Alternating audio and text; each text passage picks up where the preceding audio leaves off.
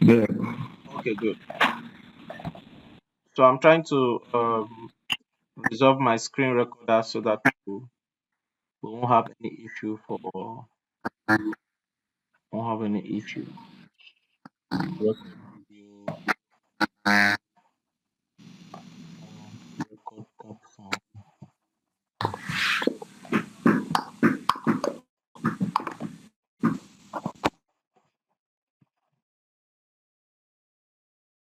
Just a minute and I'll be done.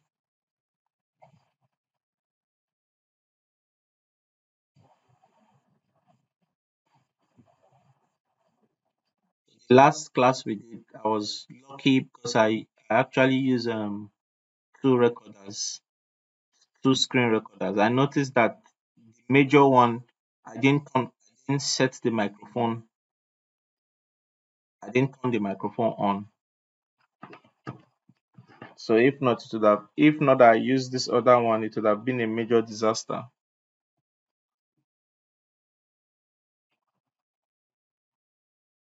So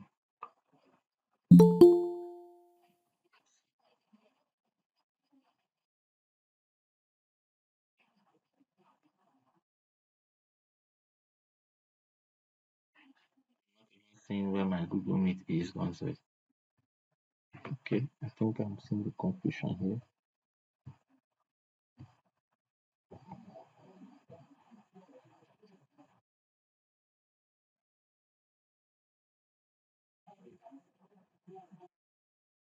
Hello? I the other class. Okay, just one Yeah, are we good?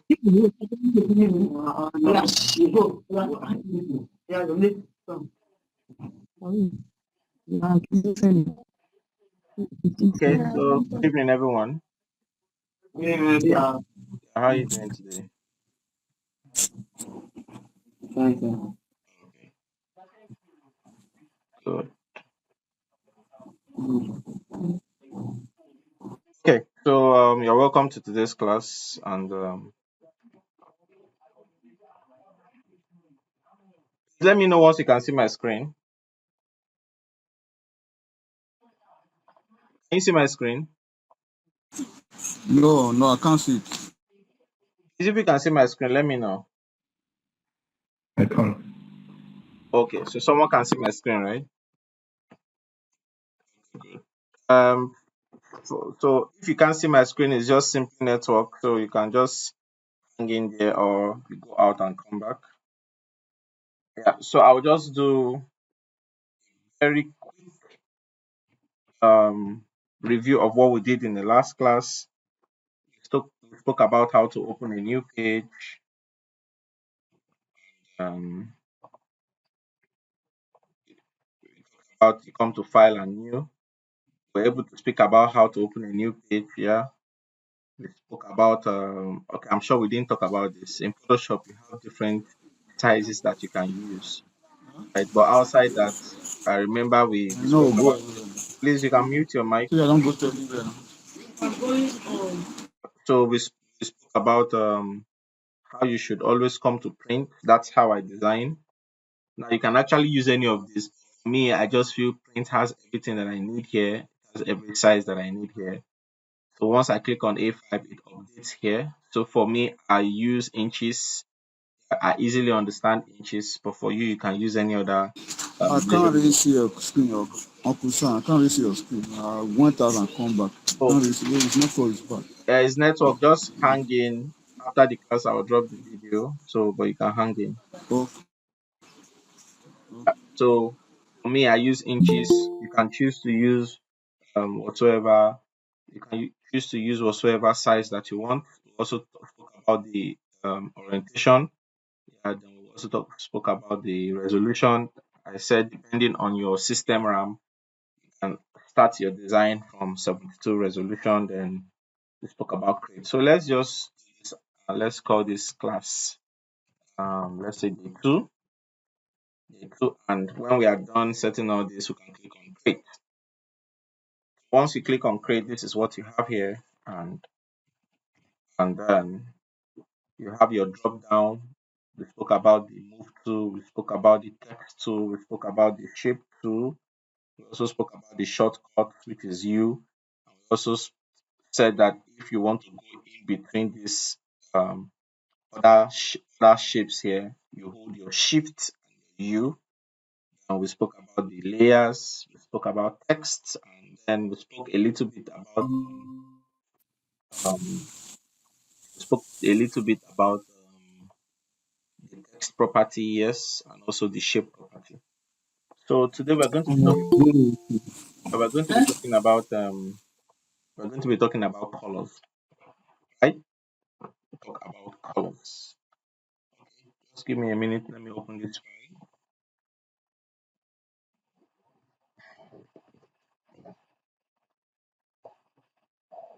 I have shot myself in the leg. Okay, so I'm supposed to follow this plan, but I guess I didn't save it. So so in our last class, we let me just use the text and let me write something because we want to talk about colors. So let me just say Sam, right? And let me bring in shape. Now, if we notice that as we brought in a text, right, and a shape, we'll find that these layers automatically just in into the layer session, right? So there are some objects in Photoshop that once you just click them or try to bring them in, you would have the layers automatically just fixed on this layer panel. Now, for some reasons, you can just add a layer by clicking on this. So I want to bring in an image here, which is going to be the last thing I'll be importing for now. So this is the image we used for our assignment, and we want to talk about colors. So remember, I spoke about a you can achieve a lot using different ways using Photoshop, right? So it's not a must that it must be a particular way. Some ways are easier than some other ways. For instance, if I want to color this text, right now, some of you will notice that there's a way I switch my layers, right? I don't come here to switch. For instance, let's say I want to work on Sam. I have to first come here to switch on Sam. So what I do is I just come on my Canva, right? And I right click. Once I right click, it gives me the closest layer where my mouse is positioned. So you notice that once I come here, right click, gives me picture for assignment. And if you check the layer here, you have picture for assignment. So once I click picture for assignments, it just automatically goes there. So that's a hack for you to learn on how to work fast. So you don't always have to come here to select Sam before you work on Sam. You can just come here, I click, just select what you want to select.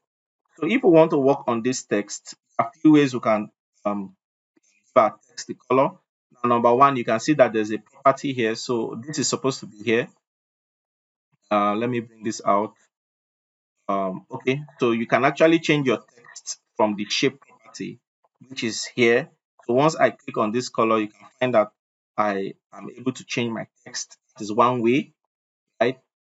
You can always change your text from the character panel, right? This is where I always do my changing.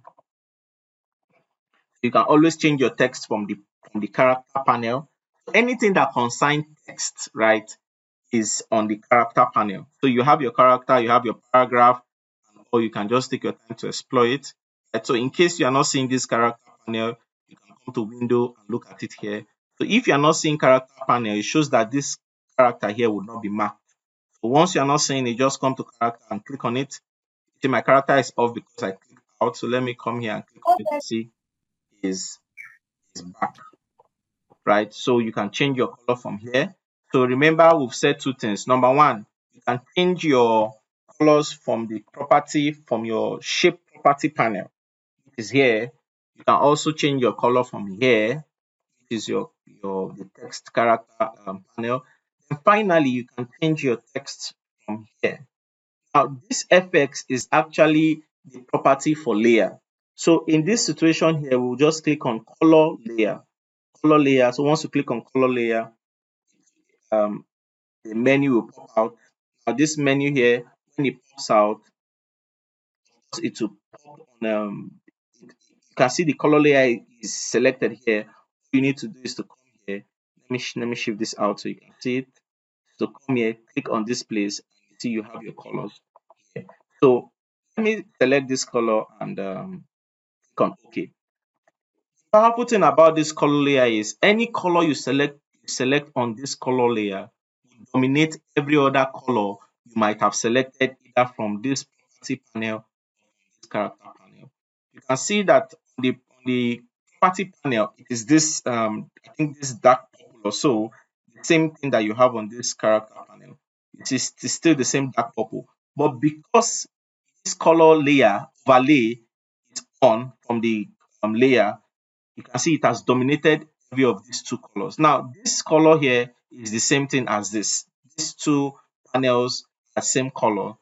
The color layer is a different color entirely. So you can actually turn off and on a layer. You see the same way you can turn off and on a layer, you can also turn off a style. So you can actually turn off this color layer from here. You can see once I have turned it off, you can see we now have this color. So let me do this. Let me turn this off, then come to my character layer here and my character panel here and change this color to this. You can see we have our purple here, but because this color layer is on, you see it has shadowed or dominated our purple. So you can actually use this to test colors differently. So let's say I'm doing a design and I want to see which color that works best with my design. So let me turn this off and say maybe I want to try red. I'll just shift this here and do red. And let's say I want red. I have here red here. Let's say I'm having a double mind to see if another color will work. I can come to my color layer here. Now, if you want to bring back the color palette, just double click here. And when you double click here, it pops out again. Then you can click this, then you can choose to select your colors.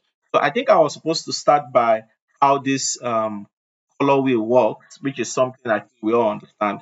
So you have different types of colors by the right. These are different kinds of colors. You have red down to I think purple. This is blue. This is green.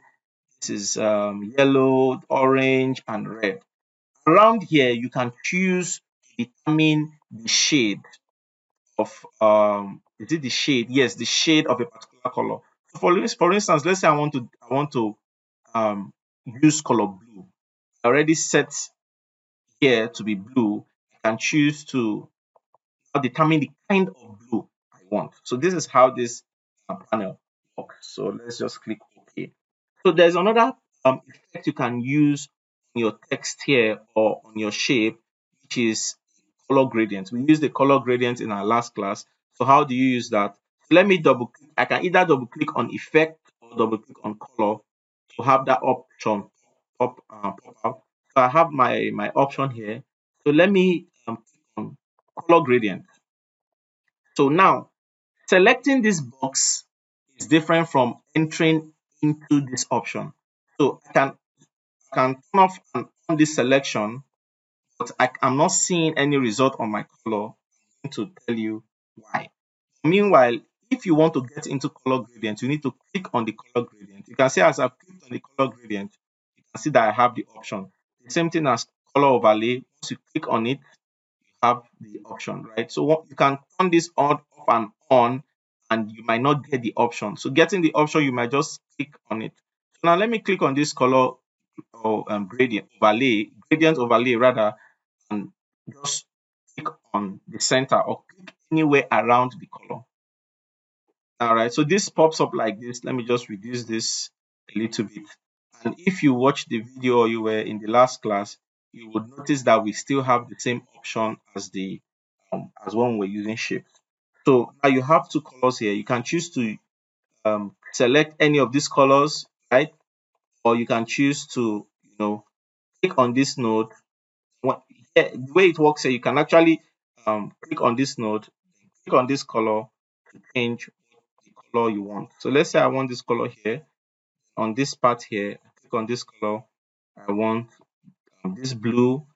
When I'm done, I click on OK. Then finally, I click on this last one. Let me just change the direction to the edge here, and I click here. So let me say I want red. Right. So already we find that on our gradient here we have these three colors.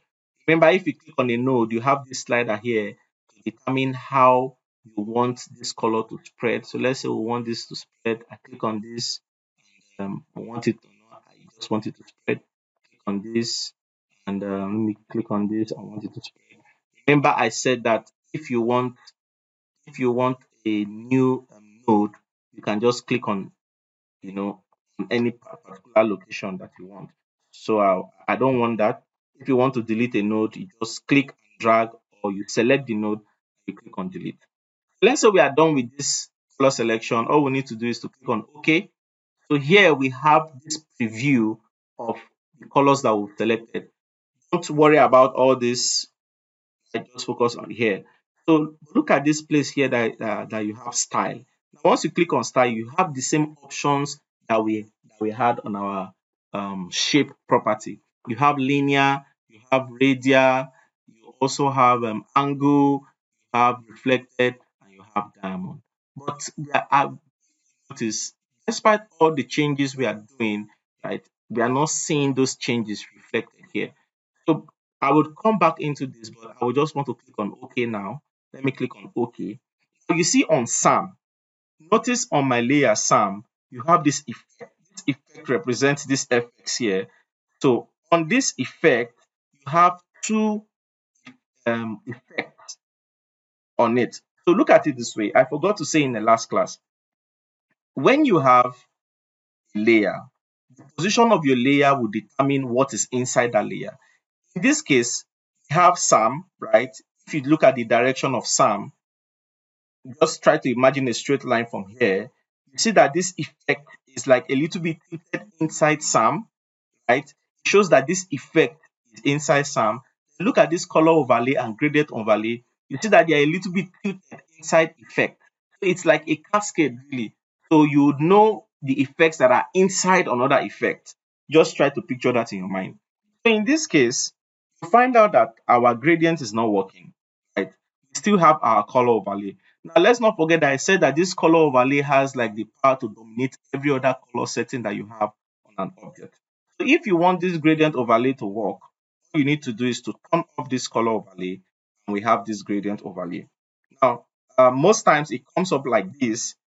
It's just showing one green color. So let's just click on the gradient overlay and go back to the options. So in most cases, right, if you have too many colors and just one color is showing, all you need to do is to click on reset alignment, right? See, once you reset alignment, you have the three colors here.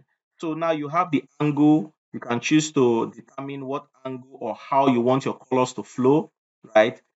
Right. So you can also come to the style to determine the how you also want the color to flow. You have radial, you can see reflected and all. Yeah. So for me, sometimes instead of coming to this angle, so long I'm on this panel, I can just bring my mouse here and I will determine how I want my color to flow. So you get but anytime the color overlay is on, overrides every other color that is there. So the color overlay is like most powerful, right? Second in command, second in command, most powerful is the gradient overlay. You can see because despite I've removed color overlay, right, the gradient color is still showing. It has dominated these two panels here. So once I turn off these two panels here, I have the blue. So in a way, you can give your text like three colors, and still get to check which suits your design. I don't know if you get. Were you able to understand that? If you understood all what I said, you can just give me a thumbs up so that I know that we are following. Okay, good. Thank you very much. So now the next one here is for the shape. Okay, yeah, thank you. So for the shape, let's not forget that when you bring in a shape, you have this property, yeah, you have this property. It's the same property so long this property is on and you click on the text, you see it will also change it will just give you some information about your text also. But instead of working on your text in this panel, I prefer working on this panel. You see, even when you get into typing mode is when your mouse is selected. You can also see another text um, property here. Right? So it just depends on the way you want to work. So let's get to the shape. So for the shape, when you click on your shape, you see your shape panel. Of course, we're able to discuss this. You have different colors here. These are your recently used colors. You can choose to pick from any of these. And let's say you don't want to pick from any of these. These are called swatches, right? Let's say you don't want to pick from any of these. You can come to this side and just click here. It brings you into this color palette. You can choose your color. You see, as I choose my color, I click on OK. You see that it's reflecting here. It is really beautiful. Also give it a gradient, just like how we discussed in the last class. You can just choose to give it a gradient and you have it there. So let's click out. And another way you can change your color here is also through this FX. Right, so let me click on this FX to color overlay. So once I come to color overlay, you'll be shocked the color it will give it.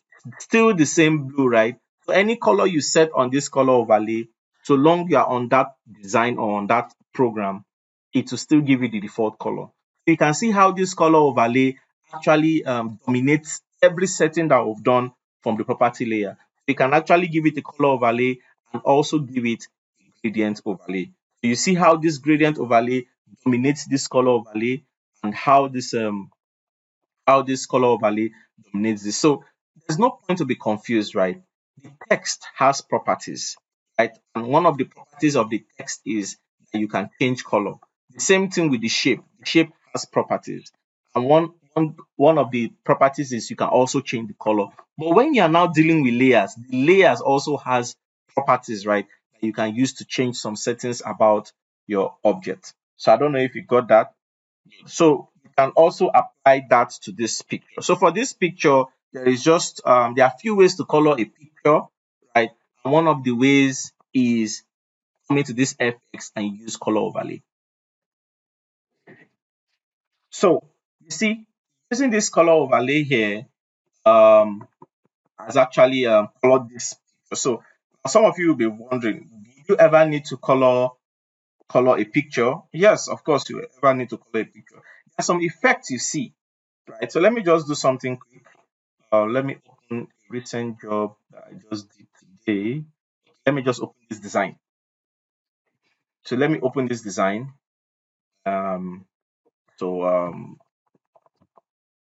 This is my pastor. Let me select on this picture. Yeah, let me be sure that this is his picture. Remember, I said yesterday, right? That one way you use the on and off of a layer is to be sure that you are selecting the right object. So there are some kind of effects people use by coloring a picture. So I want to duplicate this picture. I want to do Ctrl J. Remember, we talked about Ctrl J. So you can either do Ctrl J or you can right click and you come around here and you see duplicate layer. So you have a lot of options here. You can just choose to play around it.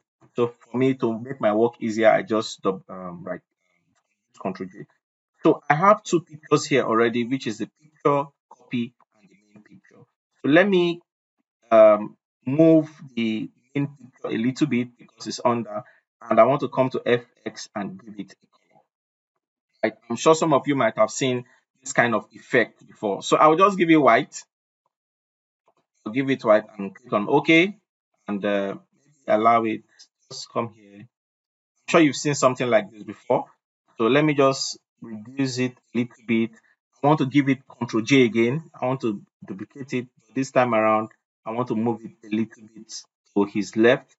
In this case, I will come to color overlay. Lucy, you have a question? Yes, I want to ask the name of your YouTube channel, sir. Okay. The name of my YouTube channel is Sam's Works. Just follow the link. Follow the link on the that link here. So in this case, I want to come here. I want to give it green, right?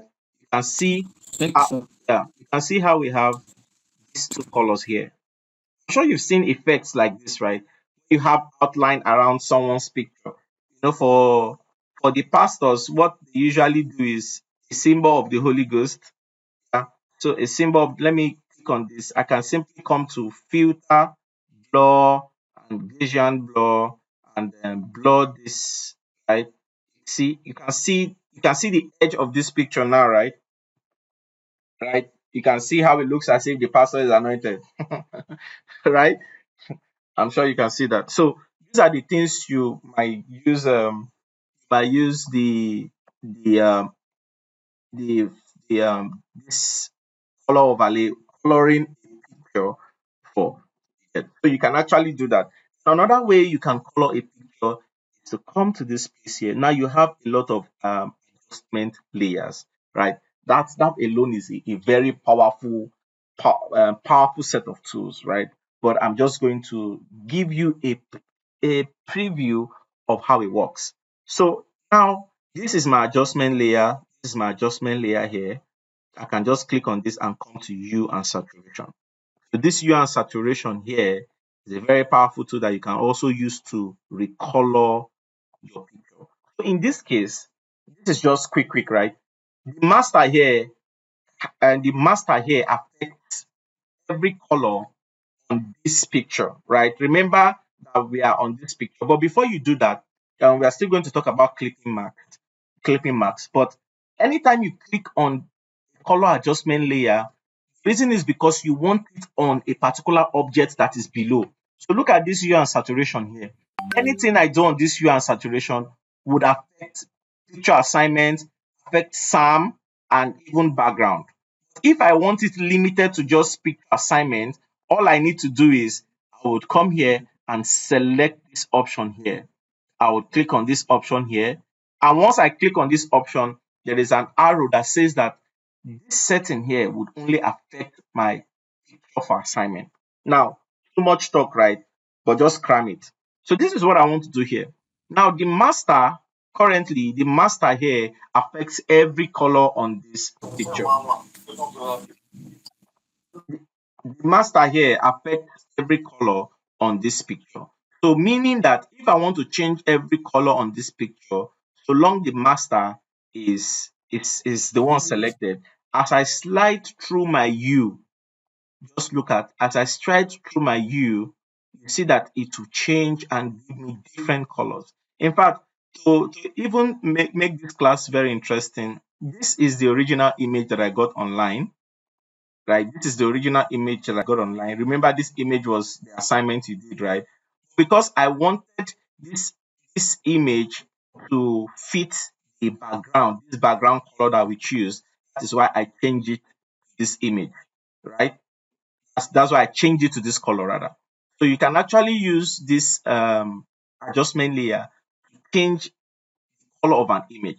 Let's take it back to 0. Let me quickly explain this. Hue represents the total color, right? Changing of the color. Saturation will determine how the shade of the color. So I can reduce this. We can see the shade of the color is actually down. We can make the shade more, and this one would affect the lightness. So just have that at the back of your mind. But I don't just want to on the hue. What I want to do, I want to take everything back to 0 and click on this master. Now on this we have red, yellow, green, cyan, blue, magenta. So in a situation whereby I want to change only blue, I will click on blue and slide this. Now if you notice, I'm only affecting the blue on this picture.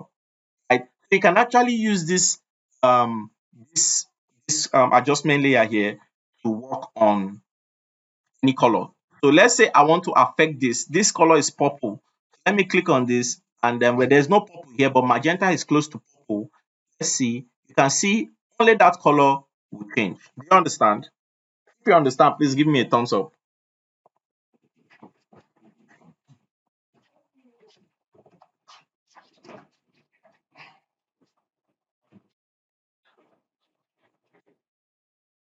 Okay, thank you very much. So it goes like that, like that, like that. So for this, my pastor, let me see. For this, my pastor, now it will be difficult for me to um to use my adjustment layer on this because we just have few colors here. So for instance, if I click on yellow, it might just affect the skin. So let me click on yellow. The reason why it's not working is because there are no yellow on his skin. But if I click on red, I'm sure there will be some changes. Okay, now look at what is happening. Please pay attention. You can see as I'm selecting this, right? You can see the changes are happening. Lucy, please always mute your mic. Mute your mic.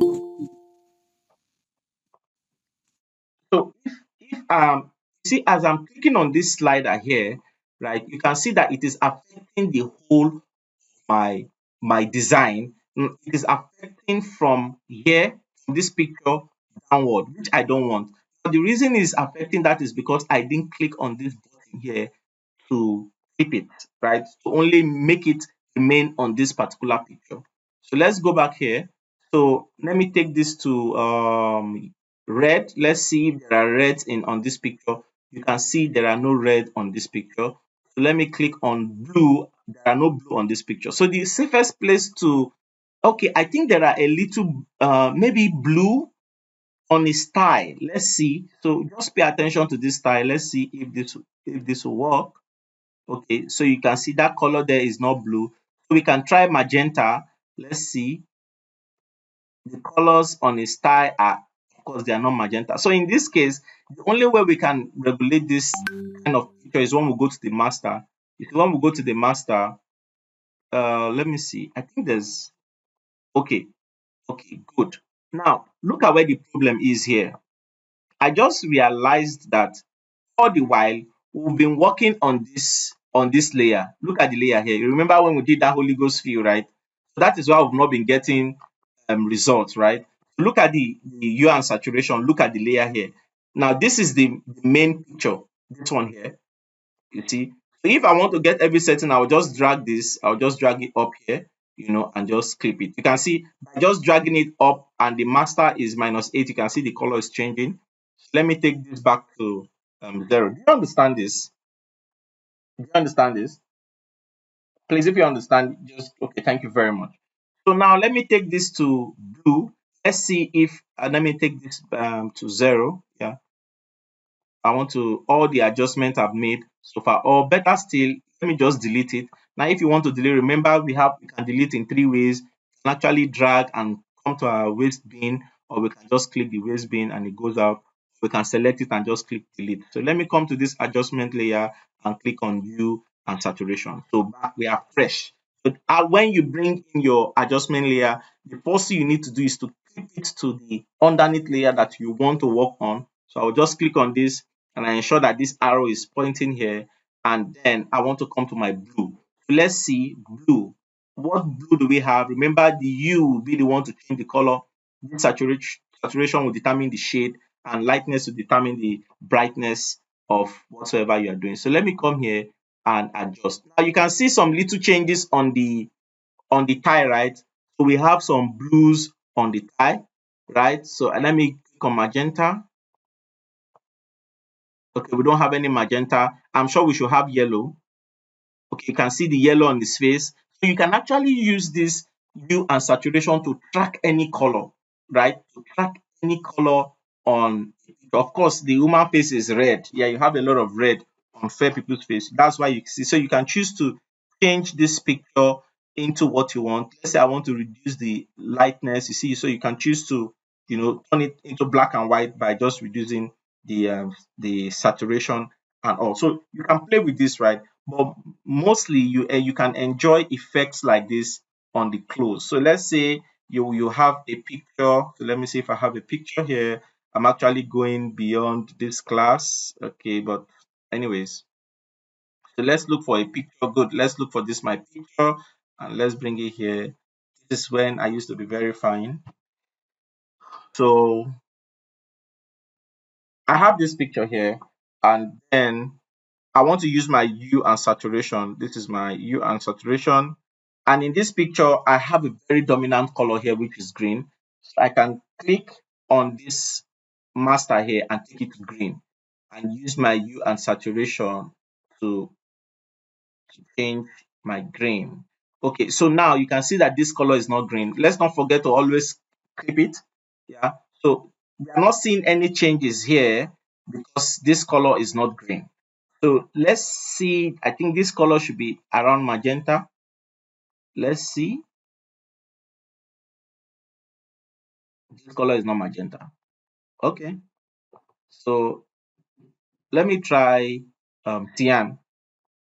Okay, so there's cyan in this color. So you can see with this way now you can choose to change my shade, right? So easy way. So let's say you are designing for a brand and the brand color is blue, and you saw a picture of a lady that you like or that fits your design, but she's putting on another color. So all you can do is to bring that color, bring that picture into Photoshop, go to your adjustment layer, get to your saturation, come here and try to select the colors that are around what she's wearing, then you can adjust them. Very easy. Is that okay? Do you understand? Good, good, good, good, good, good, good. Thank you very much. Do you have any question before we go into the next part? The next part will be super interesting. Any question? My question is, can you use the color picker tool to do all of these changes? Okay, good.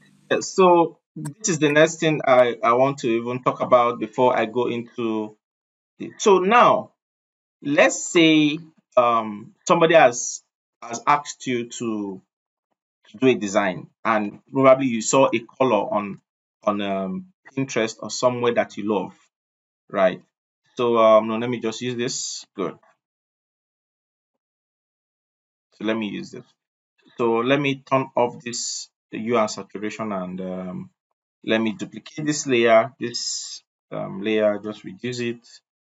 Come here. Good. So let's say I want to pick colors from this image, right?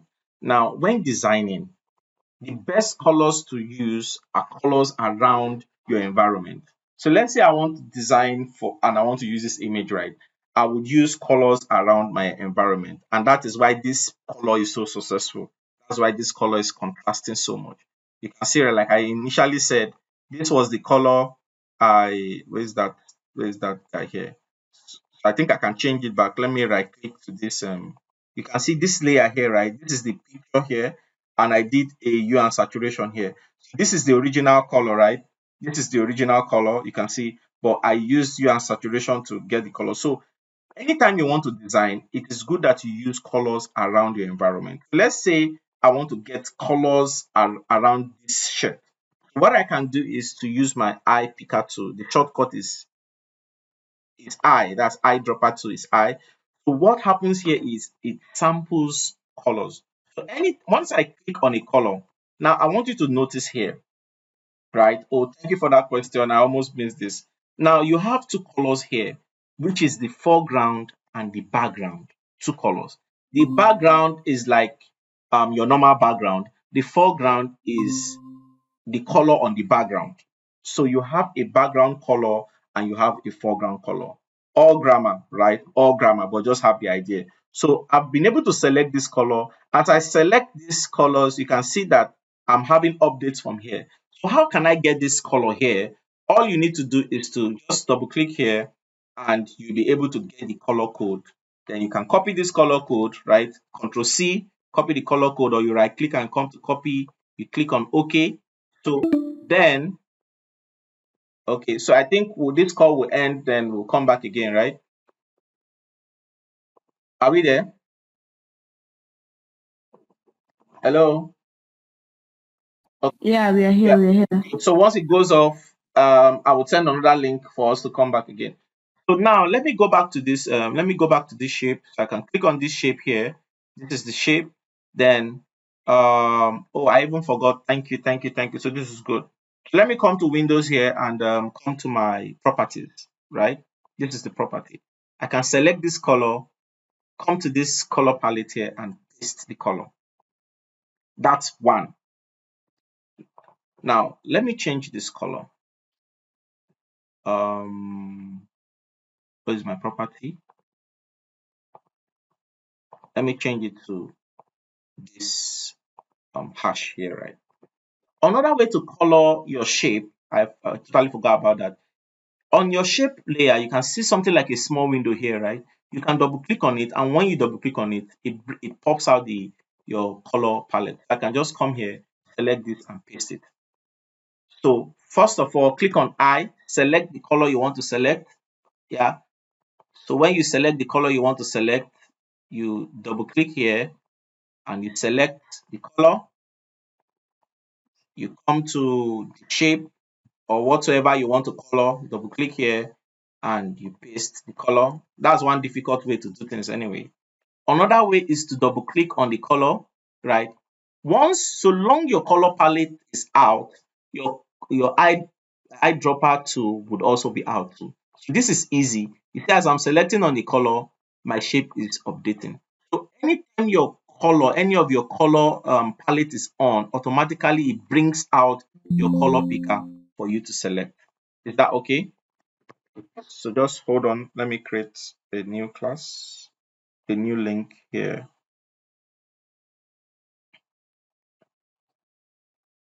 As I create the new link, do you have questions?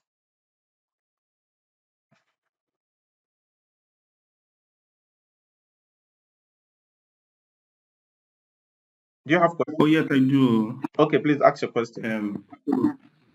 So while you were teaching, you said if you're designing, work around the colors that you have. Yes. Yeah. So how do you then, as a designer, work? Let's say a brand gives you a job and they have their design outline, and then you are asked to come up with a design that match or that is intended for marketing or advertising purposes. Yeah. Yep. How do you now work around the color that you have? I don't know if I'm making sense. Yes. So first of all, the brand has a brand color, right? In fact, some brands are very organized that they have colors that you should use, that you must use, that you shouldn't go out of those colors. Brands like MTN, right? MTN is MTN yellow and black, right? So no matter how creative you want to be, you must not use any other colors apart from that yellow and that black. Now, to make this thing easy, right, there are color codes. So most of these brands, when they offer you a job, they also give you their color codes. So you can easily just input those color codes. So let's say, for instance, okay, I have my color code. I don't know if it's closed, but let's say let's go to Pinterest, right? So this question would make me deviate a little bit, but it's okay. Okay, let me go to Pinterest as we warm up for the next link. So let me go to Pinterest and say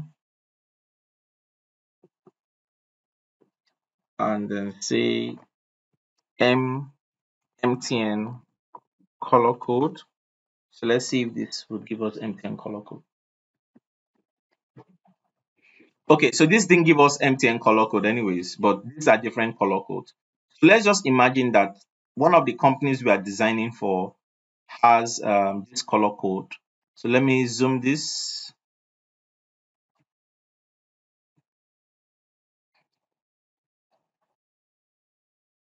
This is I want to use one of, look, let me just save it so that life will be easy for us.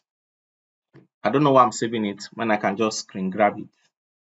I can just screen grab it. So let me just screen grab it. Okay, saving already.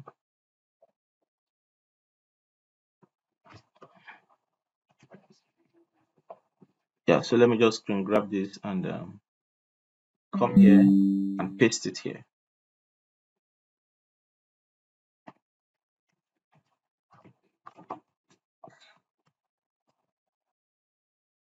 I'm not seeing what I'm pasting now. So it's like it didn't grab, but let me grab it again. Okay, to even have MTN color code, I think Google will be my best search engine since MTN is a popular brand. Okay, so this is a color code. So quickly, as we leave this call, I'll just double click here, right? This is my shape. I will just type F3, F4, 5, F3, F4, F5. Did I get that right? Yes. F3, F4, F5. Okay. Let me see. let me use this other color code, this orange, FF9408. Okay, you can see we have the orange, right? Let's say a brand gives you a job and they tell you that they have 3 brand colors, right? They would deliver the color codes to you. So it is now within your creative ability to mix those colors, right? So this is this color. So let's get another brand color. Brand color is 95122C, right? So now, as a designer, you shouldn't design out of these colors. Now, we all know white and black are natural colors, right? You can actually use white and black on this. So let me try my text on this. Let me duplicate this. Now I'm duplicating holding Alt, right? I'm duplicating holding Alt. It's easy. It's either I hold Alt or I do Control J or I come here to duplicate. So I will just move this up here. So let me move this here and Sam, right? So let me come here and change it to white. You can see white works on this both colors, right? So these are one of the ways you actually work around your environment. So let's say there's a picture, they have a brand ambassador, right? And probably the brand ambassador is putting on a shirt or maybe his skin tone. You can also use that to get colors for your design. So I will not dwell on this because there are also different ways to blend colors also, right? But that is more like a design, a pro design kind of lecture. But for now, Michael, I'm sure you have an idea of how to get colors around your environment, right? Yes, I do. Okay, so One more question, please. okay, we have 7 more minutes on this call. Okay, so there's something you keep doing. I think you're able to bring different projects on Photoshop and view it all at once. Yeah. Yeah, like so how do you do that? I mean, So these are different 'cause tabs here, right? There are different tabs here. Go to Window, go to Arrange, and make sure. Sorry, go to Arrange and make sure it is on Consolidate all tabs. So anytime you open anything on Photoshop, it just opens another tab. It operates like a browser. You have different options here. Is that okay? But my question is, Oh, I mean, I need it to be on the same work page, like this. Thank you. No. I mean, like the other one. this one here. Where you have two designs and no, there's the assignment, the Oh, first oh, assignment, oh, oh, where oh, you okay, have two good, good, good. design in the same Okay, workspace. good. This is Yeah, called, like this, yes. yeah, So yeah, you want to copy. yes, this is called an artboard using an. It's called an artboard, yeah. Okay, thank you very much. So the reason why I might not get to demonstrate this is because it works better if you have a system with a good RAM, right? So it works better if your system has good RAM. So it's called an artboard. So let's just leave it like that, right? Because we have a lot to cover. So let's end this call and get on the next call. Thank you.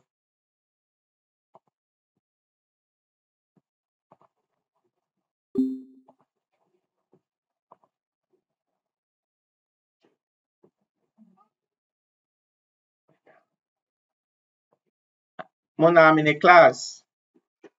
I'm in a class.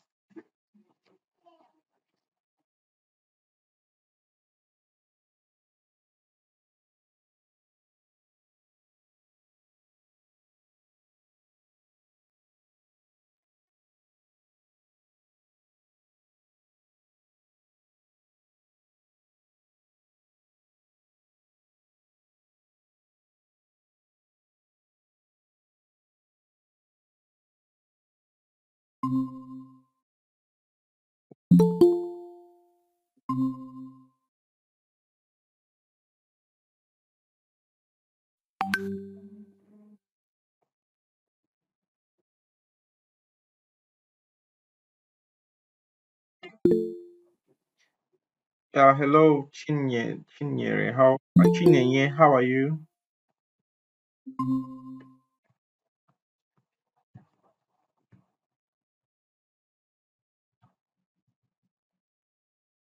Okay, fine. I'm waiting. You. Okay, sorry. Before the class starts, I want to ask, um, if you're designing a logo or a visual identity for a brand, and you have problems like picking your colors, like how do you pick the colors? And because during brand the brand designs and the posters and stuff, we try not to move away from the range. At the same time, we are also trying to add contrast to it, like colors like red and yellow to it. So it's actually two questions. How do we pick our colors for visual identity, and like how can you? Is it bad to add contrast to a poster for someone with a visual identity that already has their set of colors?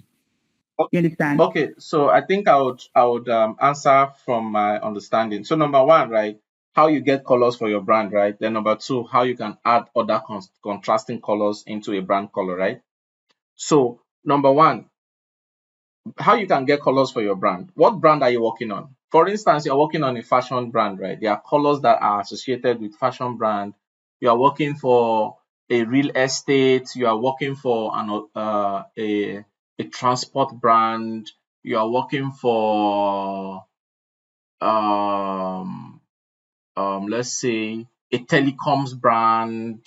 You are working for a maybe for a bank. You're trying to do a brand identity for a bank. Now there are a lot of processes that helps you to generate colors. So for instance, let's say somebody comes to meet me and the person wants to do a financial if a run a financial company, maybe a bank, right? So there are a lot of questions I might ask the person. Then from that question, I'm able to come up with colors.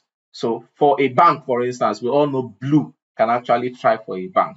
For a fashion brand, we know something like black, something like red can actually do that. Now, in order to even help us, right, you can easily go on Pinterest or you can even ask ChatGPT, for a particular brand color. It's that easy. ChatGPT will just give you different colors that you can use. Then for color blending, right? Color blending, there are different types of color blending, right? Which we might not be able to cover that into this class because we still have a lot to do. But there are ways to actually blend colors. But one of the safest ways to blend colors is when you are designing for a brand, right? The brand gives you a brief that has all their colors, right?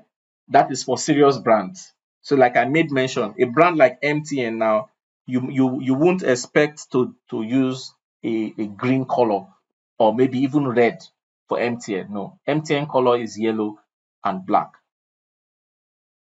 Do you understand that? Yes, yes, I do understand. Okay, good. So can we continue? Yeah, yeah, you're free. Okay. So I think from this now, of course, we see that this white is contrasting well with this yellow, the same thing with this red. Yeah. So I think we're good with this color. So we can easily go on Pinterest or probably even go on Pinterest, get a particular flyer, import the flyer in. I do that once in a while, right? Let's say somebody sees this my design, this church design, right? And this person likes this church design. The person can use the color picker and start looking for these colors, and it makes designing fun when you are looking for these colors, and then you are able to do something good. So good. Michael. So I don't think I'm seeing your screen. Or is it just me? Oh, can you imagine? Sorry, nobody said anything. No. Okay, I believe you can see my screen now. No. Yeah. Okay. Oh, yes, I can. Okay, good. So we've been able to settle colors, and now let's get into picture. So this picture is bad. So let me look for something better. Okay, so this is a design I just did a picture I used for a design today. So this picture is good. So now one of the hard questions when it comes to Photoshop is how to remove subjects from their background, right? So there are various ways to actually achieve that, and I'm going to be teaching you the hard way because narrow leads to, is it narrow that leads to life? Yes, narrow leads to life. You know, the narrow road leads to life, and the broad way leads to destruction. Now there are easy ways to actually get off picture subjects from their background, but trust me, it's not always easy when you just try to take the easy route. So one of the things you should consider when trying to remove a picture from the background is the quality of the picture. Once the quality of a picture is bad, there are just few things you can do. So there's this app I just discovered, which is called Upscale. Yeah, Upscale. So you can check it out. Upscale. Right. So what it does is it will help you upscale. It will help you upscale a picture. Right.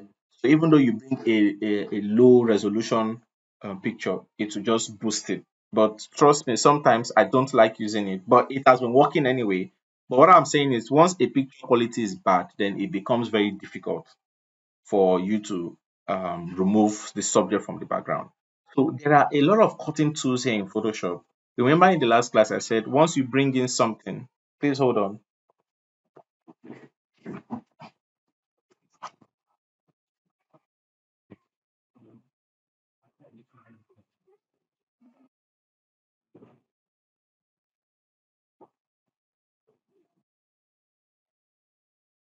I'm showing you how to bring in a picture into Photoshop. You can come to File and come to Placeholder, Place Embedded rather, Place Embedded, or you can just drag your picture in. Two things here. When you drag your picture into an open, let's say I'm working on this, right? So let me just show you. I'm not supposed to. So let me say I drag this into here. I drag this into here, right? Now you can see the layer, right? It's telling me that I've brought in something else. But when you drag this picture, you hold this, we drag it into this place. You move it here on top of on the property bar here. Look at what happens. It opens another tab, right? It's just different ways that you feel you want to work. So this is where I am currently, and I want to open this layer. I'll just double click on this. So once I double click on it, it brings up this option. Okay, this layer, I have one locked and one unlocked. Same picture. So let me come here. I have different cutting tools here. So I'll first start with this one. This is a cutting tool. This is called a rectangular marquee. You have an elliptical marquee. So rectangular marquee, all you need to do is just to draw, right? So once you draw, use Control X to cut, Control X, right? I use it to cut. Now, the reason why it's not cutting is because of this other layer that is on here. So let me turn this off, and you see that when you see this sign here, this kind of this pixel here, it shows that the layer is empty. So I can choose to keep cutting, right? And I can choose to use my elliptical marquee to keep cutting, Control X and all that. So this works. Let's say you want to cut out a defined shape on an image, so you can use this to, just cut it out. Then you also have this set here, which is called your lasso. You have your lasso tool. Your lasso tool works like a freehand. This works more like a freehand tool. It works more like a freehand tool where you can just draw around something, and then you cut, right? So with this also you can choose to cut some elements out of the design. Then you have our guy here. Our guy is this polygonal. This polygonal tool is a little bit difficult, but it gives you, in fact, outside the best cutting tool to work with is the pen tool. Outside the pen tool, this is your guy. So how does this work? You click, you the direction to where you want to cut, you click like that, you keep clicking, and let's say you are done cutting, all you need to do is you can either double click or you can move the the pointer to the start point. And I don't know if you saw something like a zero there, like on the icon here. That shows you that you've gotten to the end or to the start point where you started from. All you need to do is to click and you have it there. Then you cut. So this is the guide that we're going to be spending so much time on, because this gives you the best precision, like the best precision. So you also have um um a situation whereby you just click twice and you're able to cut. But sometimes clicking twice might not cover those edges, right? They don't cover the edges. You might need this polygonal lasso to still refine the edges. So let's just do something. Let's just say something good here. Now, anytime you want to cut a picture, right, you must make sure that picture is properly zoomed. So the idea is when you zoom it, it gives you the edge of what you want to cut. So when you use this lasso tool, all you need to do is to start from a point. I will just go carefully around here so you can see I'm tracing this, tracing this, tracing this. So this is even easy for me because this picture quality is okay and I can see the edges. So you can also zoom in and zoom out by hitting your plus and minus key on your keyboard. So minus, zoom in, plus key, zoom out. You see while the selection is still on, right? So I'm clicking on this, I'm clicking this. So now I need to move up. So I can move up in different ways. I can just move my mouse arm. You can see scrolling up. Or better still, I can click on my space bar, which is the hand tool that we spoke about yesterday. Then choose to choose the direction and then continue clicking. So let me continue clicking. The idea of this is I'm making sure I'm not clicking inside this man's face. Now I can differentiate the shape of the man's face and also the color of the corner, right? So you can see I'm differentiating that. I'll just click carefully. Let's say I'm done with this part. So all I can do is let me just select out. So I not write too much. It's always good you work in bit. What I mean work in bit is you select a particular part, cut it and continue. Right? Because sometimes your mouse might malfunction, your mouse might click, and then you just select something you don't want. Now, this is like I just said now, right? Experience will be your best teacher for it. So but just make sure you are cutting the pictures, you are selecting in bit. So when you are done with this, right? When you are done with this, there is one thing you need to do before cutting, but I'm just going to cut it anyway. So I'm going to cut with Control X, right? Now, once I cut with Control X, I want you to pay attention to the edges. Let me zoom in. You can see how we cut these edges, right? Yeah. Are we together? Okay, good. Now, but I can't leave these edges to be this sharp. But there is something I always do, which is important. So let me Control Z.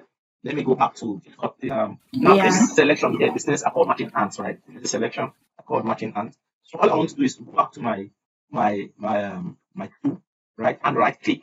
Once I right click, I want to come to feathers and click on feathers, right? So these feathers, what it does is it helps to soften the edges. So we're going to do this. Let me just leave it at 1 and click on OK, right? Then Control X. I want you to pay attention to this edge. You see that this edge is soft. Let me undo and Control X. You can see how sharp this edge is. I don't know. Did you get that? Yeah, So I'm seeing it. it's always good that when you are done selecting, you give it a feather. That feather will just make that edge a little soft. For me, I don't use 1 in most cases. I just use 0.5, right? Just to have that image soft, and then when you are done, you can now choose to continue your Israelite journey, by continuing from where you stopped. So this is more like the manual way to cut, which is more precise, right? You have control over that. Is that okay? Yeah. So I'll just cut this, then I'll move into Yeah. to another cutting tool. We'll just keep using these cutting tools until we are done with this picture. So Control X, I think that's okay. So always cut bit by bit. Don't be tempted to do everything once and for all. Another cutting tool here, we have this quick selection and magic wand. So how does this quick selection work? Now, generally, Photoshop is a pixel-based software that deals with colors. Now, let me bring in a picture. Let me check this folder. I have pictures here. Okay, good. Oh, I just missed the picture now. Just give me a minute. I want to show you.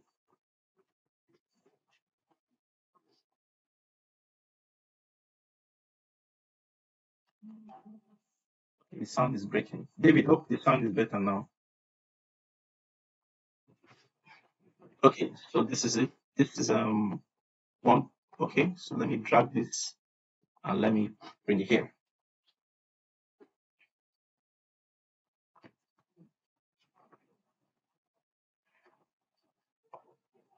Okay.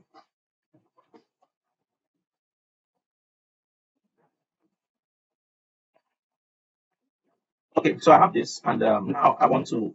This might not be a good example, but just try and get what I'm trying to explain here. Now, anytime you want to work on a picture like this, right? The first thing you need to do is to remove it from a smart object. Now, look at these two pictures, right? I'm able to cut this picture because it doesn't have this symbol here, which is a smart object. A smart object helps you to preserve the quality of your picture. You might not be able to get into this so much, but anytime you bring in a picture into your working project, it comes in as a smart object. In order to remove it from a smart object so that you might be able to work on it, you right click and you come to rasterize layer. Right? Once you come to rasterize layer, you're able to do a lot of things. So let me come back here to my quick selection. Now this quick selection deals with colors, right? In a picture like this, my quick selection might be able to help me remove the subject from the background. Now you can see how this works. Now let me zoom in. You can see that this black color is definitely very different from this white color. This quick selection is able to help me select these two objects. Now there is a problem here, which is this white shade, right? Because it's white is close to the background, you see, it just took this white shade to the background. That's why I was saying that this might not be a good example. If you can just be patient, let me look for a good example. Do you understand me? Good. So I think this is a good example. So let me bring this in. Let me just bring it up here. So of course, this is a very good example. Remember, you double click your okay. So worst case scenario, let's say we forgot to double click, we forgot to unlock our layer. So this is the quick selection. Now the way the quick selection works is you can choose to control the size of the brush by either coming here, yes, and you choose to regulate the size here. Yeah, another shortcut to regulate the size is this your bracket keys. So left and right bracket keys you can use to. So let me just click here. Click on this. You can see how it's able to help me select the background, right? So it works more with colors, right, and shades. You see, I've been able to select this picture, just clicking 3 times. And when I'm done, what I need to do next is Control X. Now, you can see that when we click on Control X, it is not giving us the usual empty background. It is giving us a color. Now, I want you to point your eyes here to see that it has not given us the background color. Why did it give us a background color? It's because our layers is not locked. It's not because our layers is locked. So that's why it's always important that before you start to cut your pictures, you ensure that you unlock your layers. Just double click on it, it comes up, press OK. Once you are done with your quick selection, all you need to do is right click, a feather, 5 is okay, and all you need to do is Control X. Is that okay?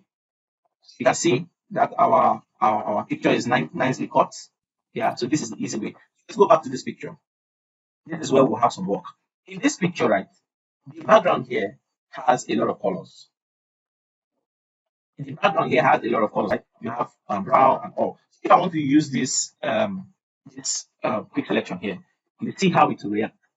You see, so the idea is, as I'm clicking on it, it's adding more colors into the selection, right? The idea is, anywhere it stops, it shows that there is a different shade from what it understands. You see, it has gotten to this part, right? Let me keep clicking. You see, it's able to get here, get here. Do you understand this? Use my space bar to move up. Do you understand this? Everybody's quiet. Okay, good. So Yes. a little bit different here because of different colors. So Imagine if this were to be a white background, with just 1 or 2 clicks, we'll be able to get our subject. Now let's zoom into this. Let's zoom into this selection to see, because now we have something here, right? We see this here, and in order to fix this, all we need to is to come back to this our guy here, this polygonal lasso tool. Now I want you to pay attention. Now you can merge different cutting tools together, right? You can merge different cutting tools together. I want you to pay attention to these options here.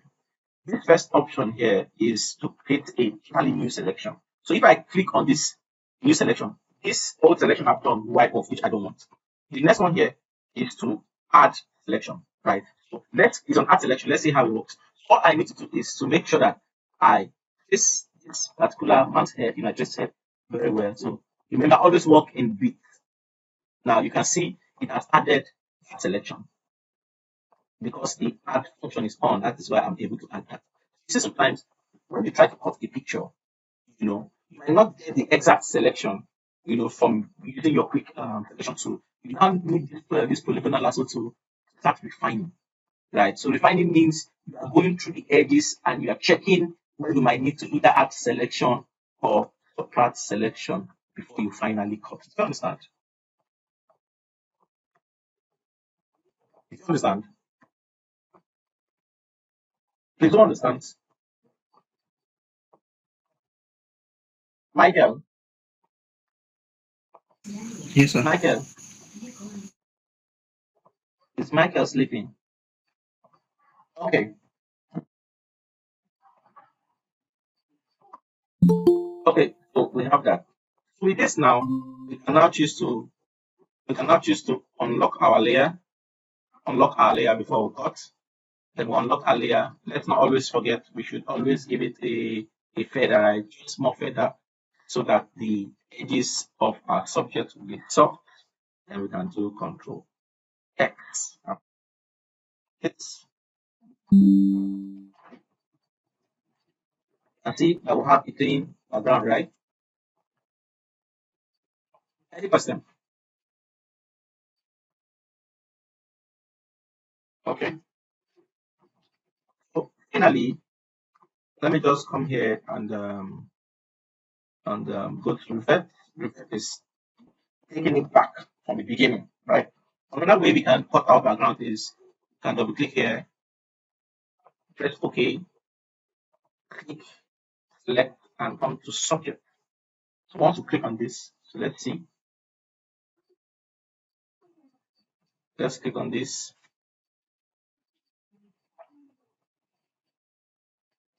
You can see, right? With this, it has helped us to select this, but of course, there's a problem. So we zoom in. So let's zoom in, right? We can see a lot of injustice here. Then we can now choose to cut to our polygonal lasso to make sure we are adding selection. Right? Remember this in bits. Okay, now in this case, right? Sometimes we need to be very careful on whether to add selection or to subtract selection, right? So in this case, adding selection is giving us this option. It is actually adding to the selection. So what we need to do is to minus selection. So you click on minus selection and you are able to, minus that selection. That's why I always say anytime you are cutting pictures, especially when you are trying to combine cutting tools, it's good to do them in bits, right? So that you know if you should minus or maybe you add selection. I think we've been able to get this. Okay, there's one here. So come here.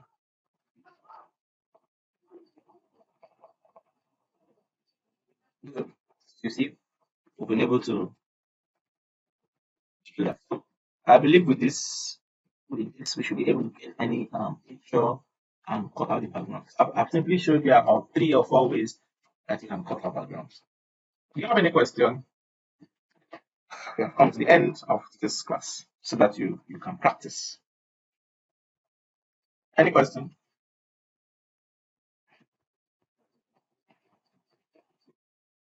Okay, that means Michael there.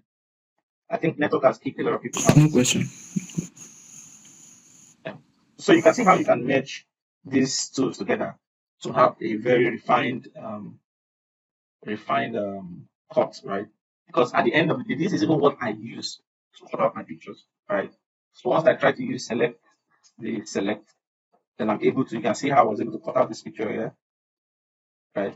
You can even see the hair, the little part of his hair here, right? Which is a very good cut.